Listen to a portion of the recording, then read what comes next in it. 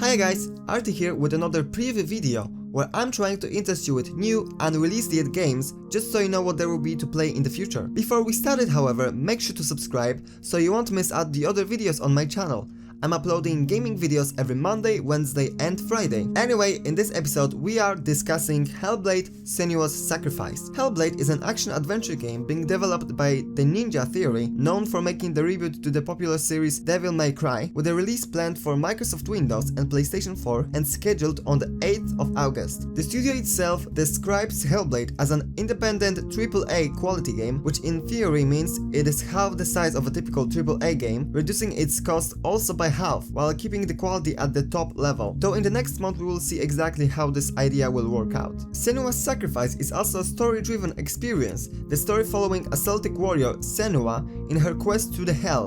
And no, I'm not talking about your usual Hell with 2L, but the one from the Viking mythology, just so you know. What's more interesting about the game, however, is the way it portrays the protagonist's world. Senua sets out for a quest to save the soul of a person she has a strong bond with, though we don't know exactly who that person is as of yet, while facing many opponents taken straight from the depths of hell. Ninja Theory's goal, however, is not just to show us a story of a strong and fearless character who doesn't flinch at anything, but rather to show the audience the story of a person living with a psychosis. Psychosis, as we can find on the internet, is a severe mental disorder in which thought and emotions are so impaired that contact is lost with external reality. It means that Senua is actually in her own personal hell, forced to live in her worst nightmare, incapable of escaping it. The studio admits that it has been working in collaboration with neuroscientists as well as people who live with psychosis in order to create both accurate and sensitive portrayal of this illness. But enough about the background, let's talk about the game itself.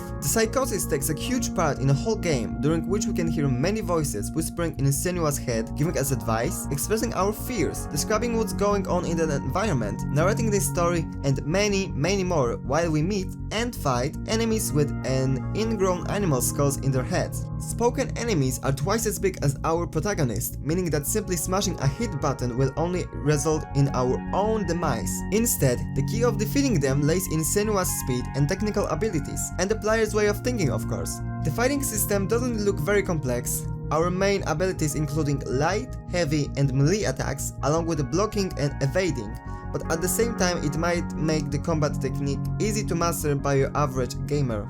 To indicate how much damage Senua has taken already, developers decided to use a couple of effects on the screen instead of classical health bar. The more damage has been applied to the protagonist, the more blood splatters appear on the edges of the screen. When she's close to being defeated, a vignette and desaturation is also being applied on the screen with muffled sound effects, giving us illusion of a close-to-death experience. When knocked down from their feet though, the player still has a chance of keeping Senua alive by evading the final blows the demons are trying to apply and hitting them back when they get close enough to her. The combat might also include fighting multiple enemies at the same time, making the whole experience much more challenging and exciting.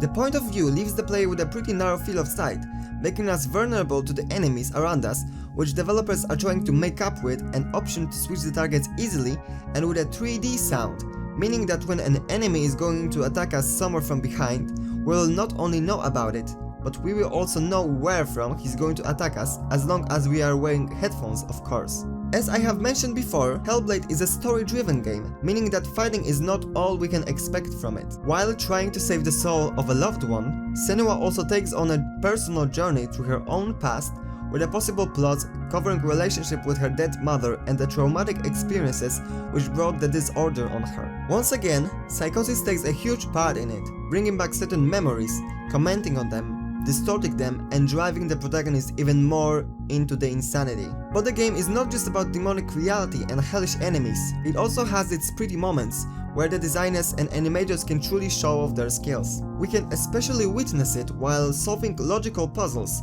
when the pace is finally slower and for once we can take our sweet time. The riddles usually require you to find a certain shape in the environment, making the player try to be creative about it and think outside of the box.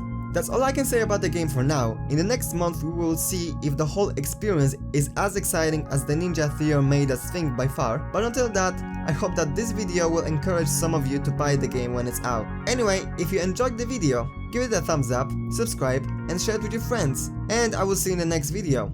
Bye all!